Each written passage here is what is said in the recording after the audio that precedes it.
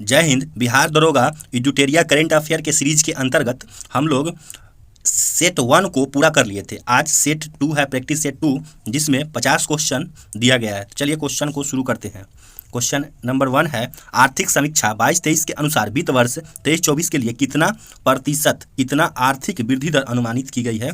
तो 6 से 6.8%। आर्थिक समीक्षा 22-23 के संसद में कब प्रस्तुत किया गया? आर्थिक समीक्षा 22-23 को संसद में कब प्रस्तुत किया गया? तो 31 जनवरी 2023 को। 31 जनवरी 2023 को। नेक्स्ट क्वेश्चन देखते हैं। आर्थिक समीक्षा के अनुसार वित्त वर्ष 22-23 के लिए कितना प्रतिशत राजकोषीय घाटा का अनुमान लगाया गया है? कितना परसेंट राजकोषीय घाटा का अनुमान लगाया गया है? तो 7%। आर्थिक समीक्षा के आधार पर भारत की शक्ति क्षमता पीपीपी के अनुसार दुनिया की सबसे बड़ी अर्थव्यवस्था कौन सा है? मतलब दुनिया की सबसे बड़ी अर्थव्यवस्था है भारत, तो भारत तीसरी सबसे बड़ी अर्थव्यवस्था है। चलिए नेक्स्ट देखते हैं 5 नंबर क्वेश्चन। आर्थिक समीक्षा 22-23 को कुल कितने अध्यायों में बांटा गया है? पूछा रहा है कि कितने कुल अध्यायों में बांटा गया है? तो 12 अध्याय में बांटा गया है। आर्थिक समीक्षा के अनुसार सरकार ने घरेलू आपूर्ति को सुनिश्चित करने और महंगाई रोकने के लिए कौन सी रणनीति अपनाई है? कौन सी रणनीति अपनाई है? तो ये चारों, एक से अधिक, मतलब चारों अपनाई है। कपास पर सीमा शुल्क माफ कर दिया है। गेहूं के निर्यात पर रोक लगा दिया गया है और प्रमुख कच्चा माल फेरोनिकल, कोकिंग, कोल इत्यादि पर आयात शुल्क को घटाकर शून्य कर दिया गया है। ये सभी अपनाया गया है। चलिए नेक्स्ट देखते हैं कि वर्ष 23-24 में वर्ष 23 से लेकर 27 तक कितने पीएम श्री स्कूलों का निर्माण किया जाएगा? पूरा कितना पीएमसी स्कूल होगा? तो 14,500। चलिए नेक्स्ट देखते हैं कि भारत ने गैर जीवाश्म ईंधन से 40% अधिष्ठापित बिजली क्षमता का उत्पादन 2030 से पहले ही पूरा कर लिया। अब इसे बढ़ाकर कितना प्रतिशत कर दिया गया है? तो 50% अब इसे कर दिया गया है। क्वेश्चन नंबर 9 देख रहे हैं कि अर्थव्यवस्था में कार्बन तीव्रता को कम करने को ध्यान में रखते हुए सॉवरेन ग्रीन बॉन्ड नवंबर 2022 में जारी किया गया। इसे किस केंद्रीय बजट में लाने की घोषणा की गई थी? तो इसे 22-23 के केंद्रीय बजट में लाने की घोषणा की गई थी। नेक्स्ट है कि प्रथम अग्रिम अनुमान 22-23 के अनुसार कितने मिलियन टन कुल खाद्यान्न का उत्पादन किया गया? पूरा खाद्यान्न का कितना? तो 315.7 मिलियन टन का उत्पादन किया गया। वित्त वर्ष 21-22 में कृषि और संबद्ध क्षेत्र में कुल कितना प्रतिशत की वृद्धि हुई? तो 3% की वृद्धि हुई। आर्थिक समीक्षा 22-23 के अनुसार भारत विश्व का डैश सबसे बड़ा मोबाइल फोन निर्माता बन गया? तो भारत दूसरा सबसे बड़ा मोबाइल फोन निर्माता बन गया। नेक्स्ट है कि आर्थिक समीक्षा के अनुसार सबसे ज़्यादा जैविक किसान किस देश में है? तो सबसे ज़्यादा जैविक किसान भारत में है। आर्थिक सर्वेक्षण के अनुसार भारत में वन और वृक्षों के आवरण का कार्बन स्टॉक सबसे अधिक किस राज्य में है? तो कार्बन स्टॉक अरुणाचल प्रदेश राज्य में है।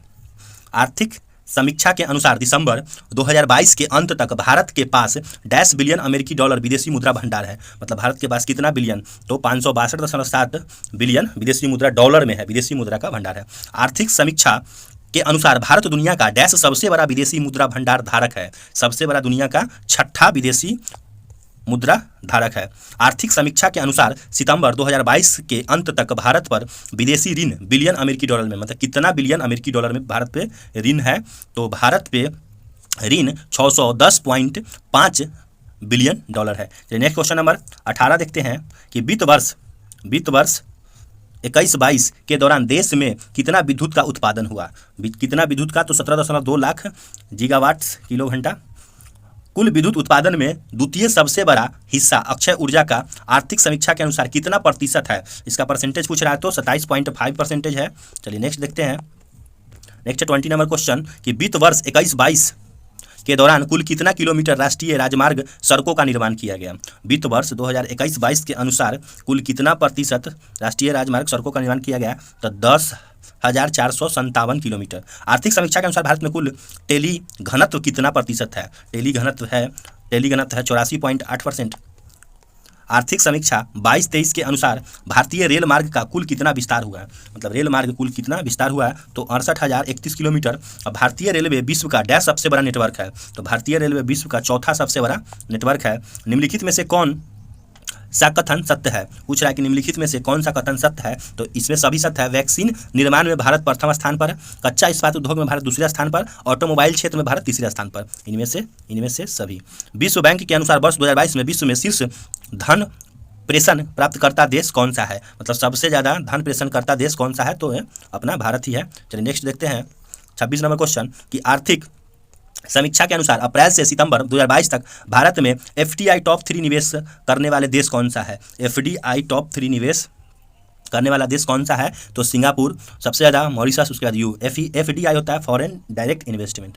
चलिए आगे देखते हैं कि वित्तीय वर्ष 22-23 में सबसे ज़्यादा एफडीआई किस क्षेत्र में आया। सबसे ज़्यादा जो एफडीआई आया वह कंप्यूटर सॉफ्टवेयर और हार्डवेयर में आया। चलिए 28 नंबर क्वेश्चन देखते हैं। आर्थिक समीक्षा के अनुसार वित्त वर्ष 22-23 में कितना प्रतिशत जीडीपी में वृद्धि का अनुमान लगाया गया। कितना प्रतिशत जीडीपी में, तो 7% अनुमान लगाया गया। अप्रैल से दिसंबर 2022 के दौरान व्यापार निर्यात कितना बिलियन डॉलर रहा। व्यापार का जो निर्यात है वो 332.8 बिलियन डॉलर रहा। चलिए नेक्स्ट है, अप्रैल से दिसंबर 2022 के दौरान व्यापार आयत कितना बिलियन डॉलर रहा। व्यापार का आयत 551.7 बिलियन डॉलर रहा। आर्थिक समीक्षा के अनुसार जैविक खेती अपनाने वाला दुनिया का पहला राज्य कौन है। जैविक खेती अपनाने वाला सिक्किम दुनिया का पहला राज्य है। बहुत इंपॉर्टेंट क्वेश्चन ये पूछा हुआ। संयुक्त राष्ट्र बहुआयामी गरीबी सूचकांक के अनुसार 2005-06 और 2019 और 21 के बीच भारत के कितने लोग गरीबी के बाहर आए हैं, मतलब गरीबी से निकल गए हैं, तो 41 करोड़। वित्त मंत्रालय के वर्तमान में मुख्य आर्थिक सलाहकार कौन है, जिनके देखरेख में आर्थिक समीक्षा तैयार हुआ था। अभी जो वित्त मंत्रालय के बी अनंत नागेश्वरन। चलिए नेक्स्ट देखते हैं कि आर्थिक समीक्षा 22-23 में वर्णित, आर्थिक समीक्षा 22-21 में वर्णित इकोनॉमिक आउटलुक रिपोर्ट किसके द्वारा जारी किया गया है। आर्थिक समीक्षा 22-23 में वर्णित इकोनॉमिक रिपोर्ट आउटलुक IMF द्वारा जारी किया। आर्थिक समीक्षा में विभिन्न देशों का नेट जीरो उत्सर्जन का लक्ष्य वर्णित है। इसमें अमेरिका ब्रिटेन का लक्ष्य क्या है। अमेरिका ब्रिटेन का लक्ष्य है 2050 तक नेट जीरो।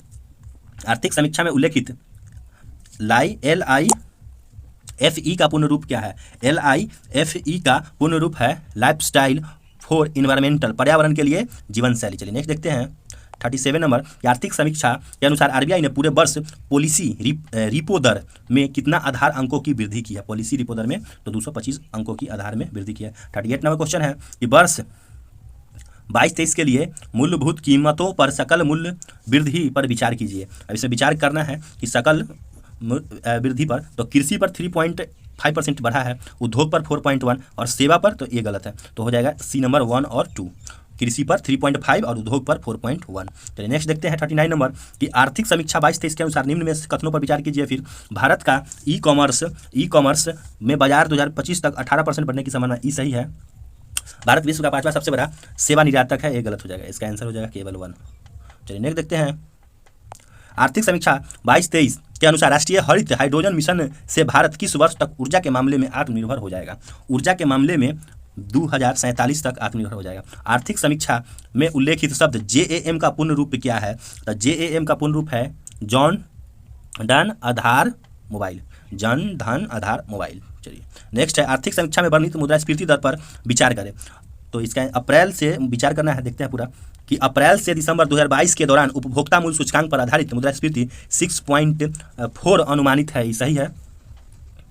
अप्रैल से दिसंबर 2025 के दौरान थोक मूल्य सूचकांक पर आधारित मुद्रास्फीति 11.5 अनुमानित है, ये गलत हो जाएगा, तो केवल एक सही हो जाएगा। चलिए नेक्स्ट देखते हैं नवंबर 2022 तक भारत में कुल टेलीफोन उपभोक्ता की संख्या कितनी थी। नवंबर 2022 में भारत में कुल 117 करोड़ टेलीफोन उपभोक्ता। वित्त वर्ष 2022-23 में औद्योगिक क्षेत्र का सकल मूल्य GVA कितना प्रतिशत बढ़ा, कितना प्रतिशत सकल मूल्य बढ़ा, तो 3.7% सकल मूल्य बढ़ा। चलिए नेक्स्ट देखते हैं वित्त वर्ष 22-23 में स्वास्थ्य क्षेत्र पर बजट का खर्च GDP का कितना प्रतिशत है, तो स्वास्थ्य पर 2.14%। नेक्स्ट क्वेश्चन है 46 नंबर कि आर्थिक समीक्षा के अनुसार फॉर्म उद्योग में FDI प्रवाह 2019 की तुलना में 2022 में कितना गुना बढ़ गया, तो FDI प्रवाह 4 गुना बढ़ गया। मेक इन इंडिया 2.0 में कुल 27 देश क्षेत्रों पर ध्यान केंद्रित किया जा रहा है, साथ साथ इसके कितने उप क्षेत्रों के विकास को भी बढ़ावा दिया गया, कितने उप क्षेत्रों के विकास को भी बढ़ावा दिया गया, तो 24। चलिए नेक्स्ट है आर्थिक समीक्षा के अनुसार जुलाई 2021 में कौन सा नया मंत्रालय सहकार से समृद्धि विजन को साकार करने के लिए लाई गई, तो इसका आंसर हो जाएगा कि सहकारिता मंत्रालय। चलिए नेक्स्ट है आर्थिक समीक्षा के अनुसार वित्त वर्ष 22-23 में औसत जीएसटी संग्रह कितना करोड़ है? औसत जीएसटी संग्रह 1.49 करोड़ है। आर्थिक समीक्षा के अनुसार 2015 से 21 के दौरान ग्रामीण इंटरनेट उपभोक्ताओं की संख्या में कुल कितनी वृद्धि हुई है? गांव में जो इंटरनेट यूज करता है उसकी संख्या में तो 200% वृद्धि हुई है। चलिए यहाँ पे हमारा 50 क्वेश्चन कंप्लीट हुआ और इसका प्लेलिस्ट एक बना दिया गया है, तो प्लेलिस्ट में जाइएगा और पीछे का जो वीडियो डाला गया था वो भी वहाँ पे मिलेगा। वीडियो देखने के लिए बहुत बहुत धन्यवाद।